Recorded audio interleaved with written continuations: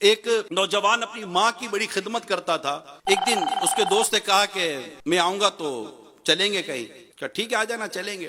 था वो अकेला और एक माँ थी और ये थे। माँ को कहीं जाना होता तो बेटा ले जाता था। तो दोस्त गाड़ी लेकर घर पर आ गया और कहा चलो।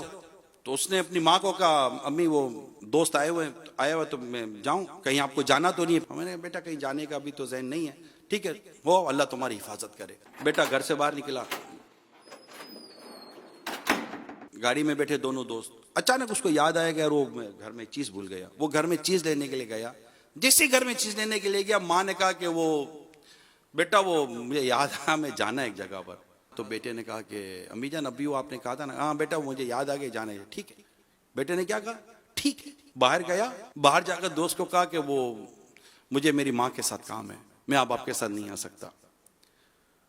और दोस्त भी कहा ठीक है। दोस्त ने गाड़ी स्टार्ट की, चले गए। थोड़ी देर के बाद इतला आई कि गाड़ी का हादसा हो गया और जो दोस्त गाड़ी चला रहा था उसका वहीं पर इंतकाल हो गया।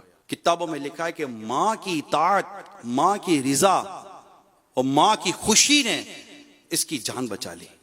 एक लड़की के बारे में पढ़ा मैंने कि वो शादी के लिए कंडीशन रखती थी कि मेरे वालिद साहब इंतकाल कर गए, मेरी मां बीमार है, मैं उस वक्त तक शादी नहीं करूंगी जब तक कि मेरी मां की खिदमत की मुझे हाजत है।